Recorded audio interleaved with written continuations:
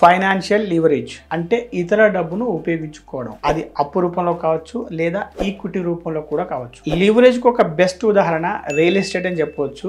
Real estate ఏజెంట్లు ఇంకా మామూలు ఎంప్లాయీస్ ఈ లీవరేజ్ ను ఉపయోగించుకొని రియల్ ఎస్టేట్ లో కొన్ని కోట్ల రూపాయలు సంపాదిస్తున్నారు. ఒక రియల్ ఎస్టేట్ ఏజెంట్ తన దగ్గర డబ్బు లేకపోయినా కూడా ప్లాట్లు కొంటుంటాడు, అమ్ముతూ ఉంటాడు. ఒక ప్లాట్ విలువ 20 లక్షలు ఉందనుకోండి, రియల్ ఎస్టేట్ ఏజెంట్ ఓనర్ కు 5 లక్షల రూపాయలు అడ్వాన్స్ ఇచ్చి 2 నెలల్లోనో 3 నెలల్లోనో రిజిస్ట్రేషన్ చేసుకుంటానని అగ్రిమెంట్ చేసుకుంటాడు. ఈ లోపు ఆ ప్లాట్ ను 25 లక్షల రూపాయలకు వేరే వ్యక్తికి అమ్మి ఓనర్ కి ఇవ్వాల్సిన 15 లక్షల రూపాయలు ఇచ్చేసి 5 లక్షల రూపాయల ప్రాఫిట్ ను జేబులో వేసుకుంటాడు. మామూలుగా అయితే ఇక్కడ 20 లక్షల రూపాయలు సొంతంగా ఇన్వెస్ట్ చేసి మాత్రమే 5 లక్షల రూపాయల ప్రాఫిట్ సంపాదించవచ్చు. కానీ ఇక్కడ అతను ఇన్వెస్ట్ చేసింది కేవలం 5 లక్షల రూపాయలు మాత్రమే. మిగతాదంతా లీవరేజ్ అని చెప్పవచ్చు.